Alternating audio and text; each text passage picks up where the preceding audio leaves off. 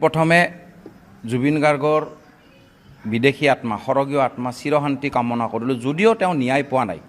আৰু লগতে জয় জুবিন আৰু জয় আই অসম এষাৰ ভাষা থাকে। মই ক'ব খোজোঁ, ভ্ৰষ্ট ব্ৰাহ্মণ যেতিয়া ৰজা হয় তেতিয়া প্ৰজাৰ দুখ হয়। আৰু আমাৰ আজি অসমৰ প্ৰাণকেন্দ্ৰ জুবিন গাৰ্গ, আজি তেওঁৰ চিৰবিদায় ল'লে, তেওঁক হত্যা কৰি মাৰা হ'ল। কিন্তু আজি এই এমাহ হ'ব হ'ল, ইয়াৰ কোনো ন্যায় নাই। ন্যায় নোহোৱাৰ কাৰণ, সেইকাৰণে মই এষাৰ কথা ক'লোঁ যে ভ্ৰষ্ট ব্ৰাহ্মণ যেতিয়া ৰজা হয় তেতিয়া প্ৰজাৰ দুখ হয়। আৰু এইষাৰ কথা মই পলিটিকেলি কোৱা নাই, মই অসমীয়া হিচাপে কৈছোঁ, স্বাভিমান হিচাপে কৈছোঁ। আৰু এষাৰ কথা মনত ৰাখিব লাগে, যি জুবিন গাৰ্গে আজি অসমৰ অস্তিত্ব স্বাভিমান ধৰি অসমক উজ্বলালে, এটা স্থানত আনিলে বিশ্বৰ আজি 195 দেশৰ নেশ্যনৰ 180 দেশৰ ওপৰত তেওঁক টুইট কৰিছে, চাৰ্চ কৰিছে, সেই দেশৰ নাম উজ্বলালে।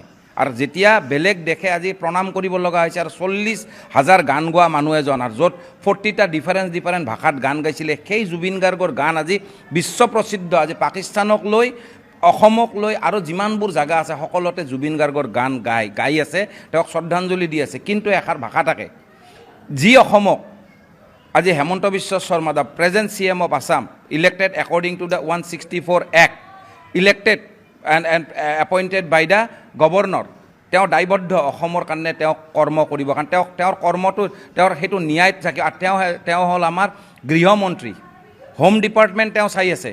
তো সেনেস্থলত সেই মন্ত্ৰীজন, যিজন চিফ মিনিষ্টাৰ হয়, তেওঁ অসমখন ধাৰুৱা কৰিছিলে। আজি অসমক ইমান ধাৰত আনিছে যে এটা সৰু বাচ্চা, পেটত থকা বাচ্চা এটাৰ 4,500 পৰা 5,000 টকা ধাৰ আছে। গতিকে সেনেস্থলত সেই ধাৰুৱা অসমখনক বিশ্ব প্ৰসিদ্ধ কৰা মানুহজনে হ'ল জুবিন গাৰ্গ।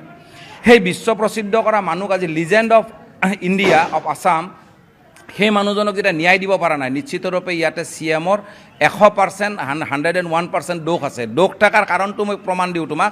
আজি যেতিয়া এই কালপ্ৰিটবোৰক, যিবোৰ দেশদ্ৰোহী, অসমদ্ৰোহী হয়, জাতীয়তাবাদদ্ৰোহী হয়, আজি সিদ্ধাৰ্থ শৰ্মাই হওক আৰু তোমাৰ চামকানু মহন্ত, আৰু লগত তেওঁৰ পালি পহৰী যিকেইটা আছিলে, সেইকেইটাক যেতিয়া জেললৈকে প্ৰেৰণ কৰিছিলে, সেই জেলত আমাৰ অসমৰ ৰাইজ ওলাই আহি পেলাই তাতে শিল আৰু শিলগুটি আৰু চেণ্ডেলেৰে তেওঁলোকক প্ৰহাৰ কৰিছে বা গাড়ীত দলিয়াইছে। কাৰণটো, কাৰণ এইটো হ'ল হেমন্ত বিশ্ব শৰ্মা। তেওঁক আগতে মই এবাৰ এটা নিউজত কৈছিলোঁ, বিবৃতিত, যে আপুনি অসমখন নেপাল হোৱাৰ পৰা বচাওক। যি অসমক চিৰযুগমীয়া স্থানত আনিলে এই জুবিন গাৰ্গে, সেই স্থানটো তেওঁ কিয় আনিব পৰা নাই? তেওঁ সেইটোক অশান্তি যেতিয়া নকৰে, আৰু তেওঁলোকে আজি এই যে আৰম্ভণি হ'ল, এই যে নেপালৰ আৰম্ভণি কৰিলে, ইয়াৰ দোষ কিন্তু হেমন্ত বিশ্ব শৰ্মা। আৰু ইয়াৰ জৰিয়তে মই এটা কথা ক'ব বিচাৰোঁ, যিজন মানুহে অসমৰ নাম চিৰযুগমীয়া কৰিলে, সেই মানুহজনৰ কাৰণে আজি অসমবাসীয়ে এটা বছৰ কিয় ত্যাগ কৰিব নোৱাৰে? তেওঁ যে আজি ক'লে যে ইয়াতে আজি দেৱালী হ'ব লাগিব, দিৱালী কিয় লাগে তেওঁক? লকডাউন যেতিয়া 3 বছৰ হৈছিলে, তেতিয়া কি মানুহবোৰ চলা নাছিলে? তেওঁলোকে জীৱিকা কেনেকৈ কৰিছিলে? তেতিয়া তেওঁ সহযোগিতা চিন্তা কৰিছিলে জানো? আৰু লকডাউনটো তেওঁলোকে এটা কনচেপ্ট, এটা কনস্পিৰেচিৰ আণ্ডাৰত কৰিছিলে, যাৰ কাৰণে আজি ডেকা চাম যিবোৰে আজি ভেকচিন লৈছিলে, সেইবোৰ অকাল মৃত্যুবৰণ কৰিব লগা হৈছে। কাৰণ হাৰ্ট এটাক হৈ বেছিভাগ মানুহে মৰি আছে। তো আপোনালোকে পৃথিৱীখনত ধ্বংসমুখী কৰিছে। আপোনাতকৈ কালপ্ৰিট আছিলে আজি প্ৰফুল্ল কুমাৰ মহন্ত। কিন্তু আজি তেওঁৰ চৰিত্ৰ চাওক, টকা যদি শ্ৰেষ্ঠ হ'লহেঁতেন, নো মানি নো কিডছ, ল'ৰা ছোৱালী নাই, টকা নাই, 10,000 টকা পকেটত আছিলে, তেওঁ কিন্তু আজি বিশ্ব প্ৰসিদ্ধ, world famous, the legend, the Zubeen Garg. তেওঁ ছেকেণ্ড লাৰ্জেষ্ট পপুলাৰ মেন আছিলে, মাইকেল জেকচন ফাৰ্ষ্ট আছিলে। কিন্তু মাইকেল জেকচন আৰু জুবিন গাৰ্গৰ মাজত পাৰ্থক্যটো আপোনাক কৈ দিওঁ, এইটো অসমৰ কথা, অসমৰ অস্তিত্ব ধৰিছে। মাইকেল জেকচনে মানুহক গ্ল'ভছ পিন্ধি পেলাই হেণ্ডশ্বেক কৰিছিলে, আৰু জুবিন গাৰ্গে নিৰহ মানুহৰ মাজত বহি সময় কটাইছিলে। তো ডিফাৰেঞ্চবোৰ আপুনি চাওক, যে আচলতে এটা সৰগীয় আত্মা হ'ব লগা হ'লে কি হ'ব? টকাৰে আপুনি পৃথিৱীখন ধৰিব নোৱাৰাৰ কাৰণতে আজি এই বাকী কালপ্ৰিটকেইটাক আপুনি জেলত পঠাব লগা হৈছে। কিন্তু আপুনি ন্যায় দিয়াত আপুনি অক্ষম। আৰু ন্যায় যদি আপুনি দিব পাৰিলেহেঁতেন, আজি আপোনাৰ যদি আপুনি আণ্ডাৰষ্টিমেট নকৰিলেহেঁতেন জুবিন গাৰ্গক, আপুনি আণ্ডাৰষ্টিমেট প্ৰথম দিনাৰ পৰাই কৰিছে। যেতিয়া তেওঁ আহিব, তেওঁ যেতিয়া মৃত্যু হৈছিলে আপুনি আণ্ডাৰষ্টিমেট কৰিছে। তেওঁ প্ৰথম দিন আহিব, তেওঁক শ্ৰদ্ধাঞ্জলি দিব 7টাৰ পৰা 7টা, আৰু তাৰপিছত তেওঁক পিছদিনাখন গৈ পেলাই সোণাপুৰত জ্বলাই দিয়া হ'ব। আপুনি একদম ইজিলি কৈছিলে, টকাৰ গৰমত কৈছিলে। কিন্তু আপুনি পাৰিলে জানো? প্ৰতিটো জাগাত আপুনি অক্ষম। আপুনি চাৰ্টাৰ্ড ফ্লাইটেৰে আনিব পৰা নাই। টকাৰ ইমান গৰম আপোনাৰ, যে আপুনি টকাৰ কিন্তু এখন চাৰ্টাৰ্ড ফ্লাইট আপুনি আনিব পৰা নাই। গতিকে আপুনি যে এইবাৰ আপুনি লকডাউনত কমিশ্যন পাইছিল কাৰণে আপোনাৰ দেৱালী নালাগিছিলে, এইবাৰ দেৱালীটো লাগে কাৰণ আপোনাৰ কমিশ্যনটো লাগিব।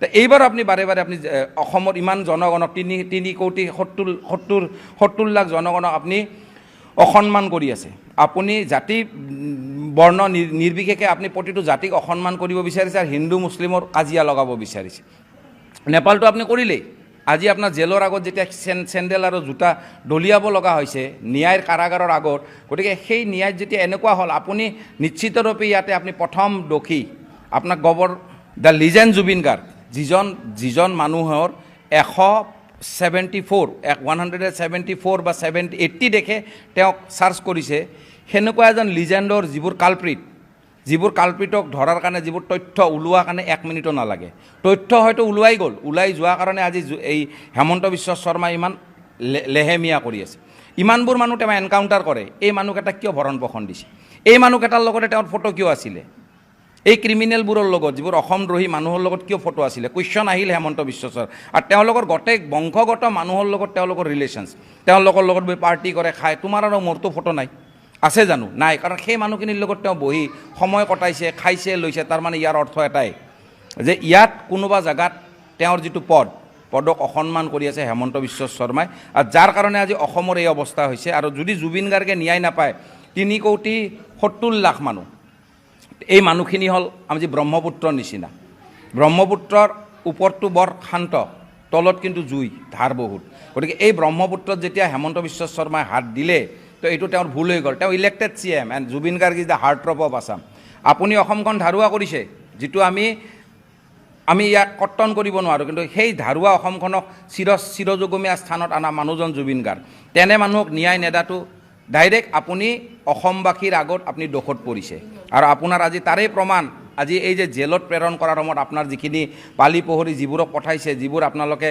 অসমদ্ৰোহী বুলি কৈ পেলাই তেওঁলোকে সস্তীয়া এটা পৰিৱেশ আপুনি শ্ব' কৰিছে কাৰাদণ্ডৰ মাজত লৈ গৈছে ফুল নিৰাপত্তাৰ মাজত তেতিয়াই প্ৰমাণ হয় যে ইয়াত কোনোবা না কোনোবা জেগাত আপুনি বিফল আৰু অসমখনক আপুনি যেনেকেই নহওক অশান্ত কৰিব বিচাৰিছে অপ্ৰিয় সত্য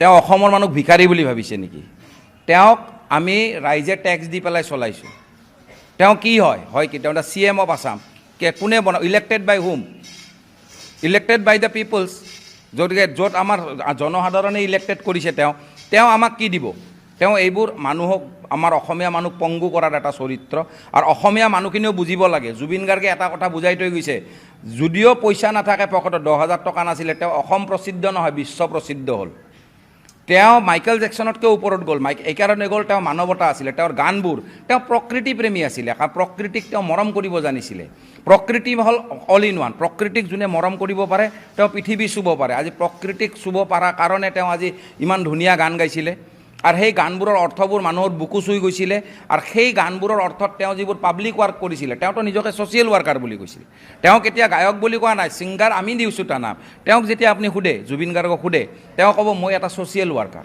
তেওঁ সঁচাই যিমানখিনি নিৰহ মানুহ সদায় সহযোগিতা আৰু হেল্প কৰি আহিছে আৰু সেই মানুহজনক আৰু বাকীখিনি কথা ক'বৰ কাৰণে গৈছে যে এইবোৰ কথাত তেওঁলোকে যিটো কৰিব গৈছে পলিটিক্স কৰিব গৈছে নহয় এই পলিটিক্সৰ উত্তৰ তেওঁ নিজে পাব তাৰে আৰম্ভণি আজি এই জেলৰ আগত অসমবাসীয়ে কৰিলে কিন্তু দুখিত আপুনি অসমখন নেপাল কৰিব গ'লগৈ আপোনাক বাৰে বাৰে কৈছিলোঁ অসমখন প্ৰসিদ্ধ কৰক অসমৰ চৰিত্ৰ ডাঙক আৰু অসমৰ অস্তিত্ব স্বাভিমান আৰু শান্তি বিৰাজমান ৰাখক কিন্তু আপুনি অসমখন ধাৰুৱা কৰিলে লগতে আপুনি লকডাউনৰ সময়ত আপোনাক দিৱালী নালাগে এতিয়া দিৱালী লাগে তাৰমানে দিৱালীত তেওঁলোকক কমিশ্যনছটো লাগে তাৰ মাজত হিন্দু মুছলিম ঈদ নহ'ব এইবোৰ ভাষা কৈছে কিয় কৈছে তেওঁ হিন্দু মুছলিমৰ কাজিয়াটো কৰাব বিচাৰিছে এটা বছৰ যদি অসমবাসীয়ে যি অসমক চিৰযুগমীয়া কৰিলে যিমানবোৰ অসমীয়া মানুহ আছে অসমত থকা প্ৰতিজন মানুহে যদি ত্যাগ কৰিব নোৱাৰে এটা বছৰ নহয় তেওঁলোকে অসমীয়াই নহয় আৰু ইয়াৰ জৰিয়তে সদায় তেওঁ যিটো আমাক তুচ্ছল্য মন্তব্য কৰিছিলে জুবিন গাৰ্গক লৈ তাৰে প্ৰমাণ মই ক'লোঁ বাৰে বাৰে দিছোঁ আপোনালোকৰ তাতে গতিকে